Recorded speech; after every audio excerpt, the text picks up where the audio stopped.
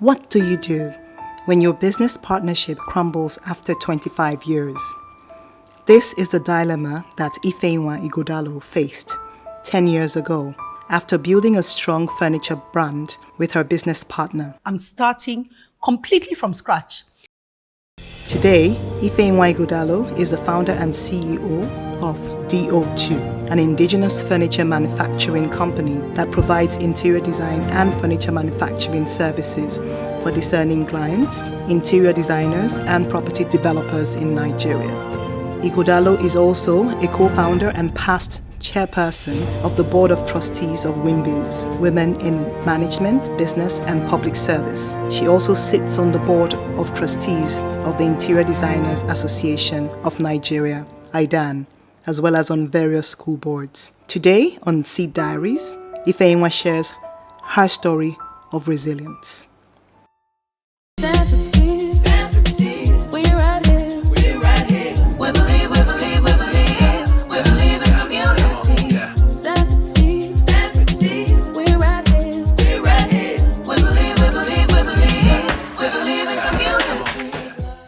I'm Wamaka Okoye, and with me I have Ifeyinwa Ighodalo. Ifeyinwa Ighodalo. Well, she's the founder of DO.II, Yes. and really veteran interior designer. Yes. Much respect. Thank And you. I'm really, really excited and honored to have you here today. Thank you. So am I actually to be here. Thank you. So we're going to be having a conversation about a number of things. But first of all, I wanted to ask a bit about your childhood. Okay. Was your family close-knit or were Very you extremely close-knit. Oh, really? And those of us who are still here, we are close-knit. So we have the nuclear family. Myself, I'm the eldest. I have two brothers. We're still very, very close. Your family relations, do you think it had any impact on your life choices, your business direction? And if so, what Totally. did It had everything to do with it. Okay. So do you want me to tell you a little Yes, bit about please. it? Yes, please. Okay, where do I start? Okay, Adada, responsible. My mom was a major and total disciplinarian. Literally, I was speaking to my daughter this morning and I said, my mom instilled the discipline in me. My father was disciplined as well. But because I'm the girl, I spent more time with my mom when I was younger. But from the age of 12, I've said this so many times. One, my father raised me as if I was his first son. He wanted a son first. Was a little disappointed at first, but once he got to know me, he was like, yes. So he invested a lot of time in me. When I was 12, he taught me the principle of break-even analysis. It's a business principle, yes. He was studying for his master's. We were living in the United States. And he came one day, brought out the book and taught me. And I grasped it and he couldn't believe it. So that's where my interest in business started. The next thing is, people may not know this of me, but I'm a free spirit. I'm disciplined. I think we know you're a free spirit. No, seriously, I am disciplined. Yes. And I can be regimented. But one of the ways you know, try and tie me down to an appointment. You see me go this way and that way. It's difficult to tie me down. I prefer to just let things evolve. Oh, interesting. So I knew that I would not survive in the corporate world, Okay. as it were. So I knew that I just had to start my own business and just run my own thing. That way, I have a little more flexibility, fluidity. So these are all the things that have led me to where I am. But then you studied accounting. Yes. And Now, okay, how did you navigate from accounting to interior design, furniture manufacturing? How did you do that? So I was, this again is part of the story. I was, please, I'm not sounding immodest, but I was extremely brilliant. Okay. In the States, I said we lived in the States. In our last year, before we left, I was a school valedictorian. Oh, really? Yes. I'm one of those children that tend to come first. Okay. So when the choice came up for my career, I looked at it and I looked at the subjects. Yes, I was doing very well, but my favorite subjects were maths. I'm a numbers person. Okay. I'm not a writer. Okay. So law was totally out of it. I didn't even study history for my O levels, no. So I thought, I like business and I like numbers, accountancy. So that's how I made the choice. But once I got into university, I found that I was I liked, I appreciate beautiful spaces. I like fashion and all that. But once I walk into a room, if I walk out of this room and you ask me, I can tell you exactly where everything was, what color it was, what I like, what I don't like. Like I said, your studio, it's soothing, very soothing. Thank you. And calm and calming. So first year, I had a roommate. By my second year, I didn't have a roommate. And I would make my parents were in the furniture business, so that's a dead giveaway. But it wasn't just that, because my brothers are not into furniture and interiors. So first year I would decorate my room this way. Next year I would paint this, put a beanbag here, throw some pillows here, move things around, and then people, my I won't call them my classmates, my schoolmates, my university mates would come to me and say, "Oh, come and do my own. I love the way what you've done with your room. Come and do this for me." So I realized I actually had an interest in it. Okay. And then, like I said, my parents they had a furniture shop. They were not manufacturing, but they were interior decorators. They would bring in stuff from abroad, from Europe, and even some stuff from Lagos. And so for me, it was like a natural transition. Okay. By the time I left university, I thought, okay, I like this. My dad wanted me to be an accountant. He wanted me to work in a bank. I did my youth corps in First Bank, and I thought, nah, too regimented for me. That's where the freedom and free spirit comes in. So, what is DO.II? What does DO.II do? And who is DO.II for? Okay, what is DO.II? DO.II is a one-stop shop for all your interior design needs. Now, I know the name. At the time we were picking the name, if we'd known we'd have this much trouble, it made sense to us. But we find that we keep having to explain it. Maybe what I'll do is add on, the thing Google does, it shows you how to pronounce the word. I think we need to add that to our name. So DO.II is, as you know, I also co-founded Design Options. So the initials DO, that's Design Options. Okay. Then the initials II, that's me, Ifeyinwa Ighodalo. So that's, it's Ifeyinwa Ighodalo, II, but it's also the Roman numeral that stands for 2. Okay. So DO.II, which is the second coming of Design Options, technically. The second phase, like a rebirth. That's what DO.II. That's what the name means. It's a double entendre. It is, exactly, precisely. So who is DO.II for? DO.II is for the discerning client. Our mission, our vision is transforming lives by beautifying spaces where people can live and work better. The discerning client, like I've said, we have the interior designers. They come to us to manufacture for them to their specifications. We have the property developers. We also have a lot of independent customers. We call that individual clients. Yes. Independent customers from various tiers. People think we're just strictly for the high end. Yes, we're for the high end, but we're for the medium, and now we're coming a little lower, like to even the younger generation. Well, your prices are actually pretty good. Yes, so I'm hearing now, and I'm very happy to hear that. We picked up this table from DO.II. Nice. You know how you can always tell your children, as soon as I walked in the door, I was like, that looks like mine. It is but yours. I wasn't sure. It is yours. We also have the corporate market, which we're really pushing.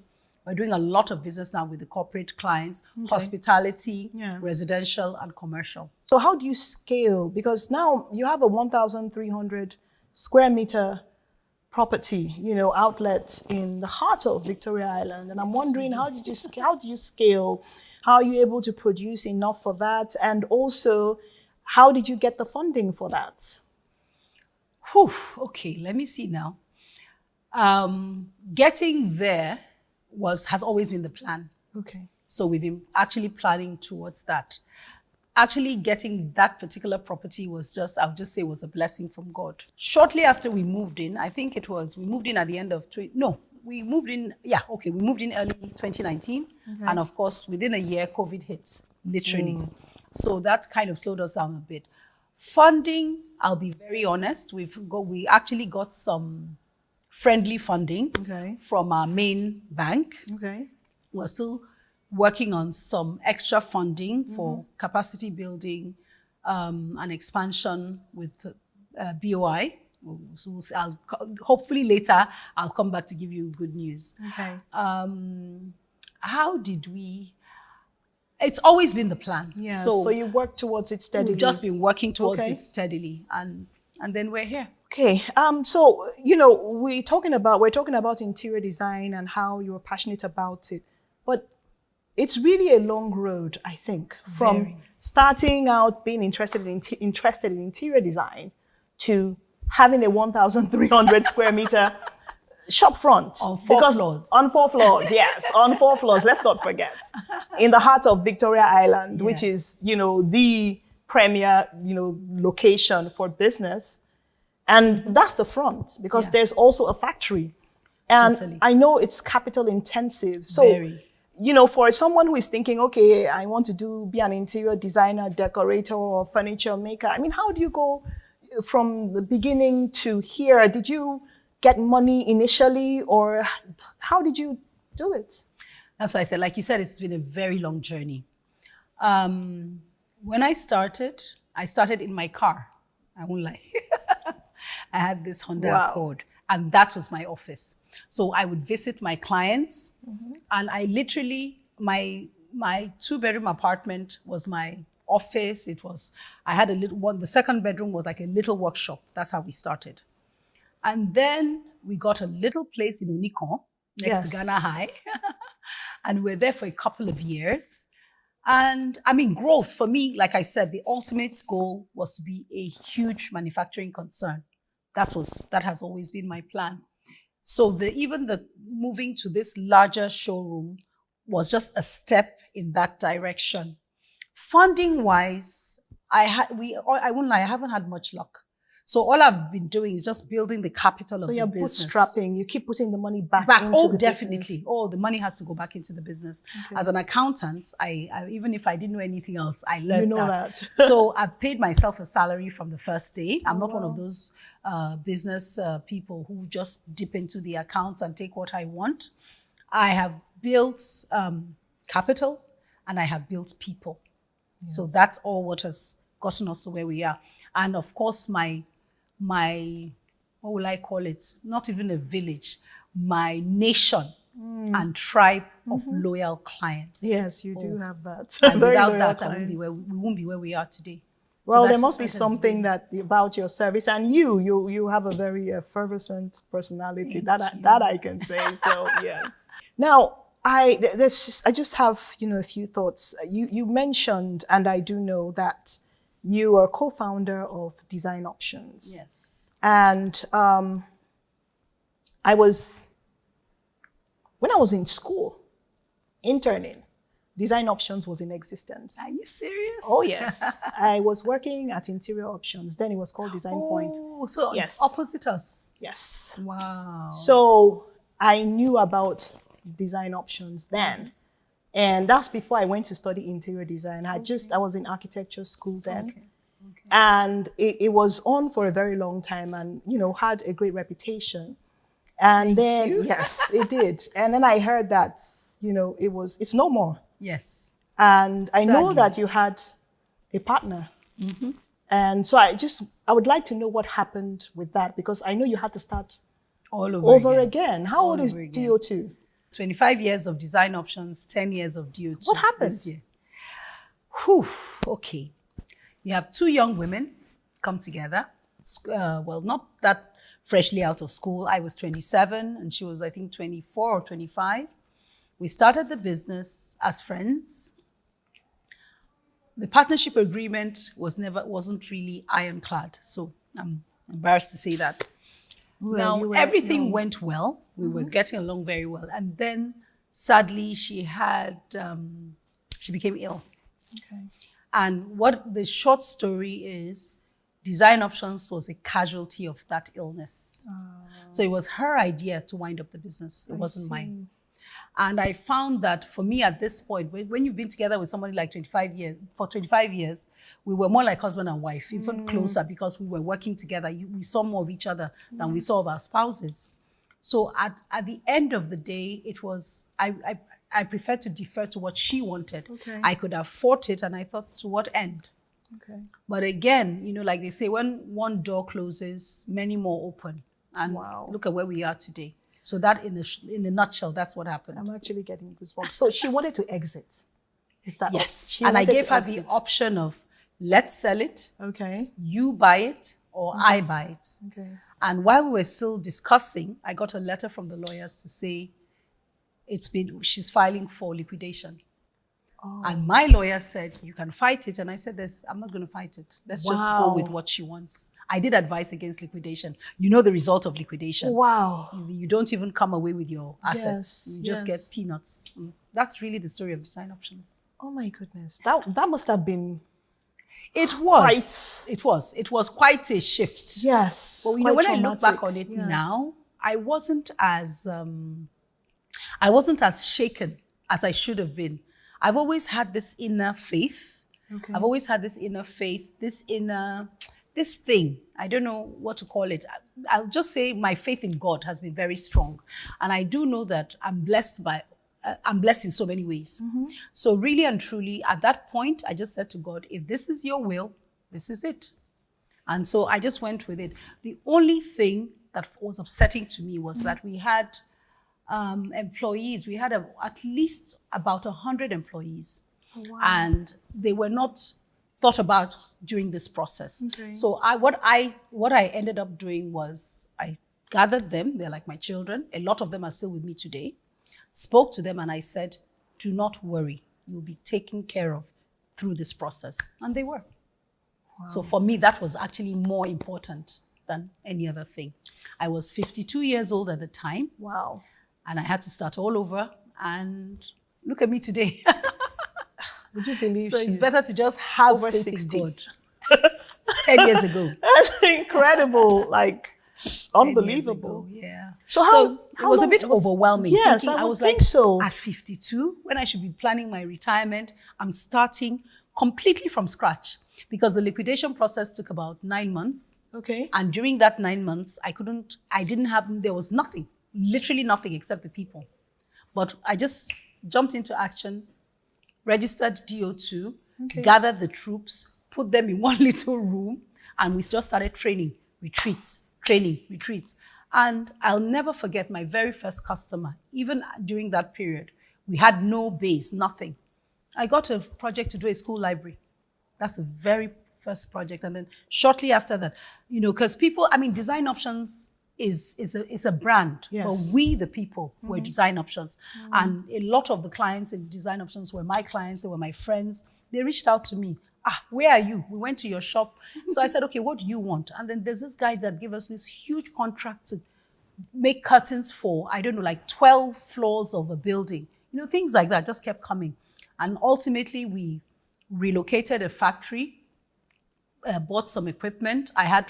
For that financing, I did friends and family. Okay. I had a lot of support, friends and family. Bought the equipment we needed, set up the factory. We carved out a space in the factory, tidied it up, put a window, did curtains, and that was our mini showroom. So if you wanted to see any furniture, we'll bring it from the warehouse and drop it. I'm telling you, that's how we started DO.II. But by the end of the year, Design Options was no more. The strategic decision I took with, again, advice from friends and family, because that property was rented, was I paid the rent. And in January, I was handed back the keys of the showroom. Oh, great. And by February, we had built up furniture. We just moved in and started the company. And the rest is history. Oh my goodness. Talk about starting over. This just sounds like very a fairy inspiring. tale. Yes, it's very like inspiring, a fairy tale. actually. I wish it was. It is inspiring. But I can imagine the myriad of emotions you would have gone through. And I'm just thinking, if you're someone, as someone who puts money back, you would have been investing virtually everything back into the business. Everything I had. So you were the business because the hope was that it was going to yield you fund later on. That's and the funds, and then suddenly build it's it gone. into an institution that will take care of me in my old age. But look at, we are bigger and better now. We really You are bigger. So I want and better. So I want to ask a question on that. 25-year-old Ifeyinwa Ighodalo, what would you advise her to do differently this time around? Okay. Well, First, even before we come to the breakup, it took us too long to put proper business structures in place for design options. Okay. But first and foremost, if you have a partner, have an ironclad partnership agreement. Plus exit clause. Plus that's ironclad. If it's ironclad, the exit clause will be Yes. there. Even dispute resolution. Yes. That all that should have been there. But we were young, we were starry-eyed, we were excited. So that first, if you must have a partner, make sure. My father gave me a piece of advice that I didn't heed, and they tell us listen to our parents, and we never listen. But hindsight is 20/20 vision. So he said to me when I wanted to start a business, he said, "Go and work in a structured institution for 2-3 years and learn from that before you start your own." I was in a hurry. You're a free spirit. And always in a hurry. Always in a hurry.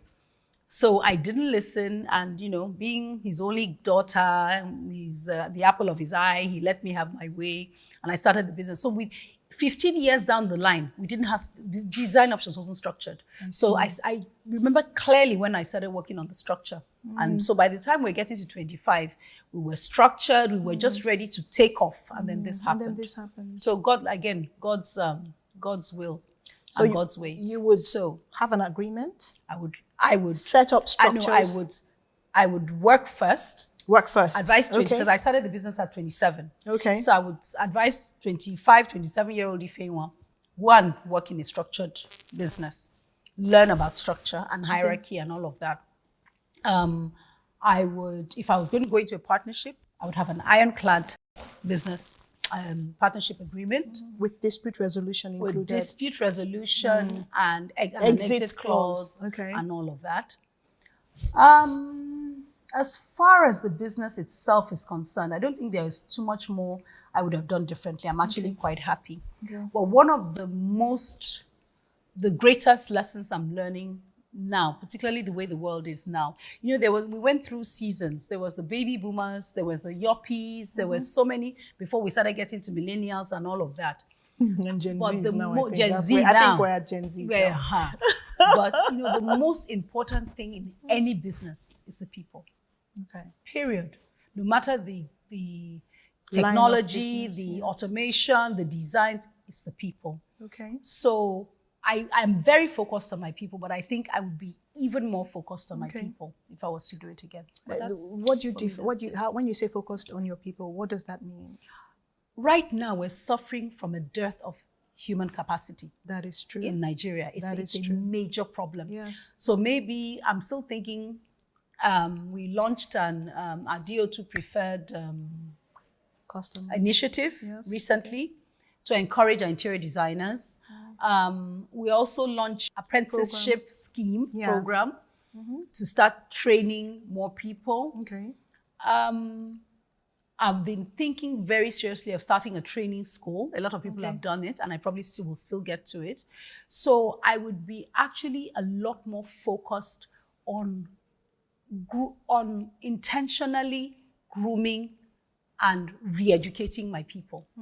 I say to everyone, even though I haven't done it formally, I feel as if I'm a training school. Because if I can't name the people who have gone through my stable, from Nora, Anora, the interior designer, there's so many of them. Even Titi Ogufere worked with me, and she's become the IFI president.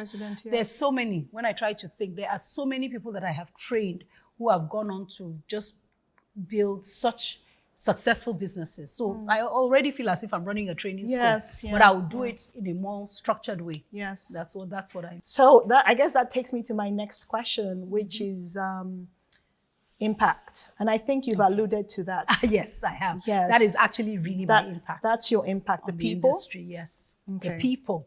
And also the fact that when I started business, like you said, 35 years ago, 1987, there were very few furniture manufacturing companies. Now we have a number.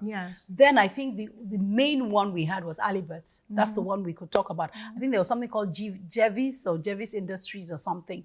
But they were all, apart from Alibert has always been there on a large scale, there were very few.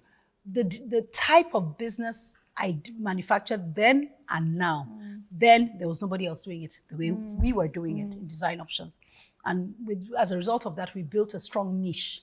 So for us, I think the part of the impact is the fact that we could actually, as far back as 35 years ago, manufacture locally.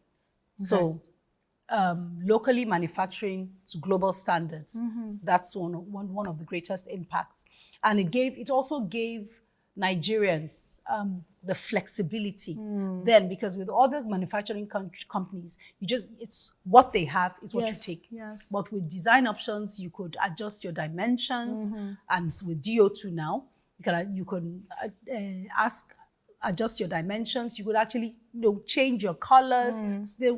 So there's offer flexibility. that flexibility, creativity, so that you could create a space that was yours and not one that you're forced to have. That was part of it. And now you've achieved so much. Oh, thank yes. Wimbies. Oh, okay. Yes. You're one of the founding. Yes, I'm one of the founders of Wimbies. One of the founders of Wimbies. You're on the 12 women and 1 man. Yes. Wow. I'm one of the 12. Yes. And so that's women in business and politics. That's what Wimbies. No, women in management, business, and the public service. And the public service. Because public service is both, could be politics, it could just be service. All right. Public service, yes. Okay.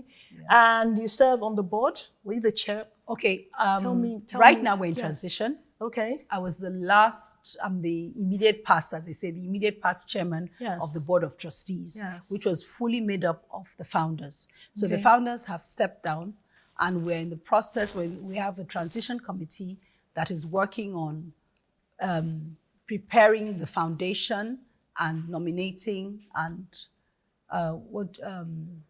Selecting? When you put a board together.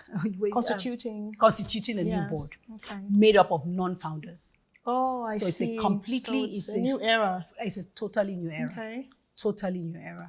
And I know that IDAN, you were past president of IDAN. No, past vice president. Oh, vice president. Past vice president. Okay. IDAN is the Interior Design Association of Nigeria, for those who don't know what that is. Yes. Yes. For those of you who don't know. Wow. It's just so much to just hearing your story and seeing how you've come such a long way. So what's in the future for DO.II and the future for you? Aha. Because there's DO.II and there's you. There's me, exactly. For DO.II, like I said, I'm working really hard on my succession. Okay. Right now, I have 3 young women.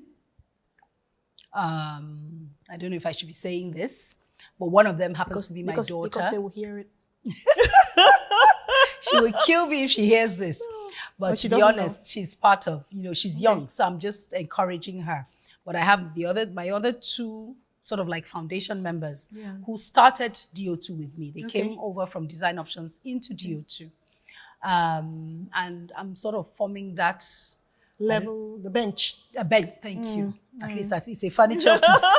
Forming that bench as the leadership for DO.II moving forward. So it's still early days. We've literally had meetings on this last week and last month, and it's looking good.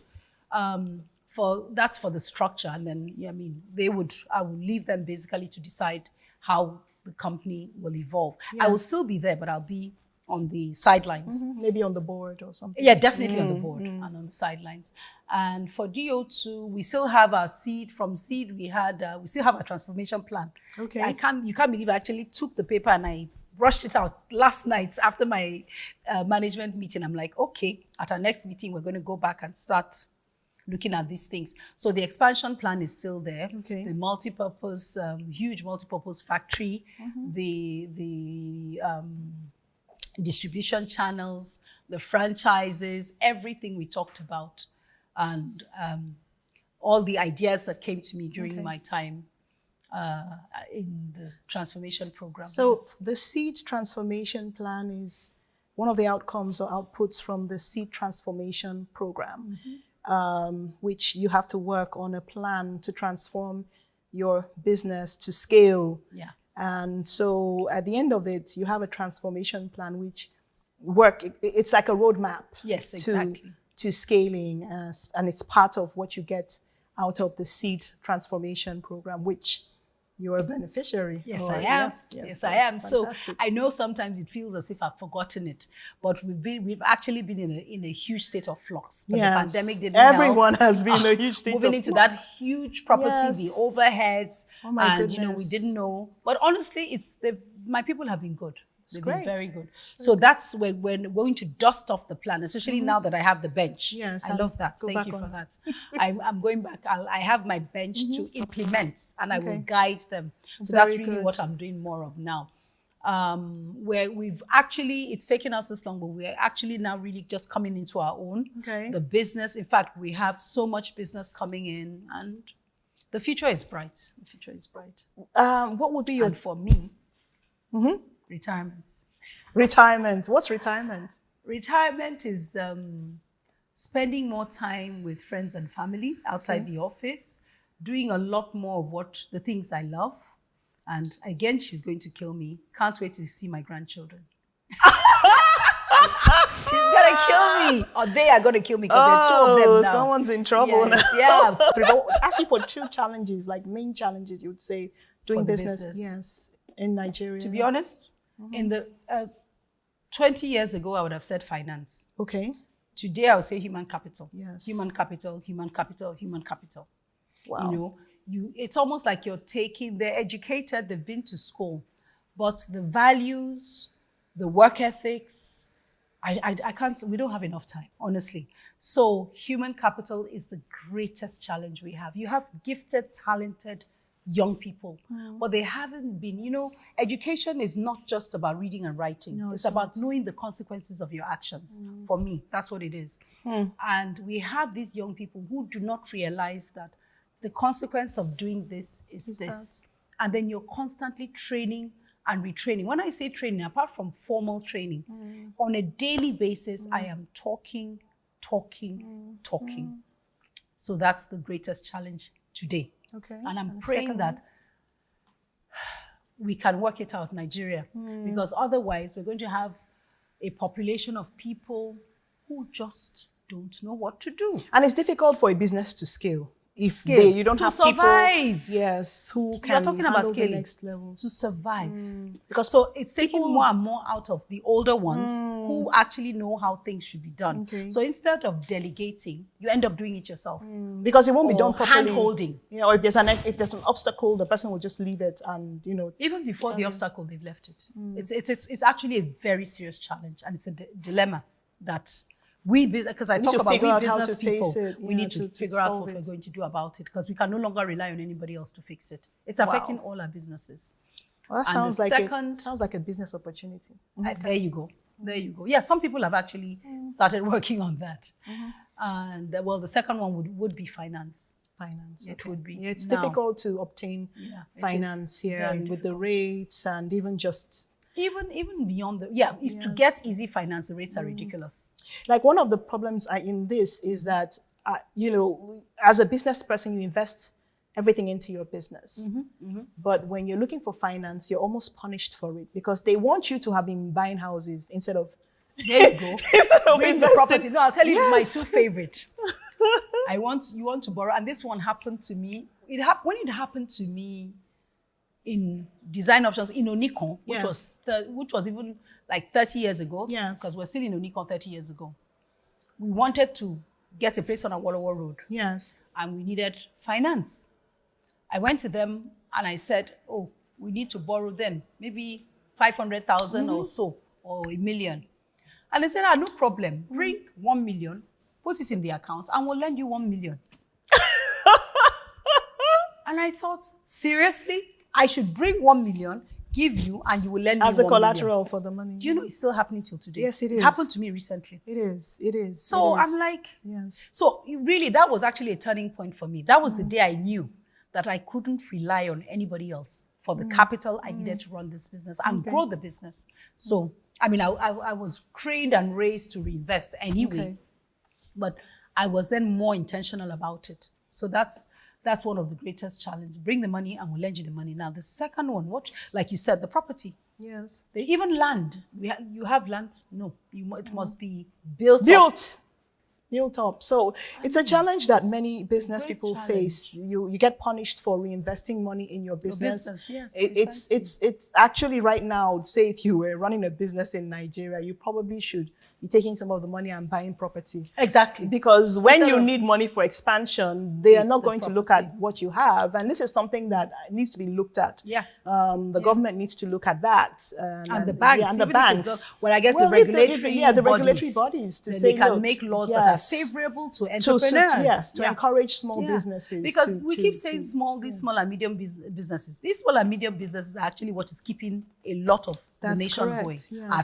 taxes, yes. you know, the employment. I mean, where do we stop? The services, we are the ones. We're always there, going no matter what, in spite of all the challenges, because it's actually the environment is becoming less and less friendly. Yes, for us. it actually is. It's a bit hostile. It Wow. Well, thank you. You're welcome. Yeah, thank you. I really enjoyed chatting with you. I have to. And you've been very generous. Thanks for sharing, all that you've shared, and wishing you the best with DO.II. DO.II, yes, see now? I got it. You've got it. It's actually DO.II Designs. DO.II Designs. DO.II And Designs, yes. it's been a pleasure and honor history. speaking with you. Thank you. Thank you And so have much. a wonderful Wandaka. day, everyone. Thank you. All right, Thank you. cheers.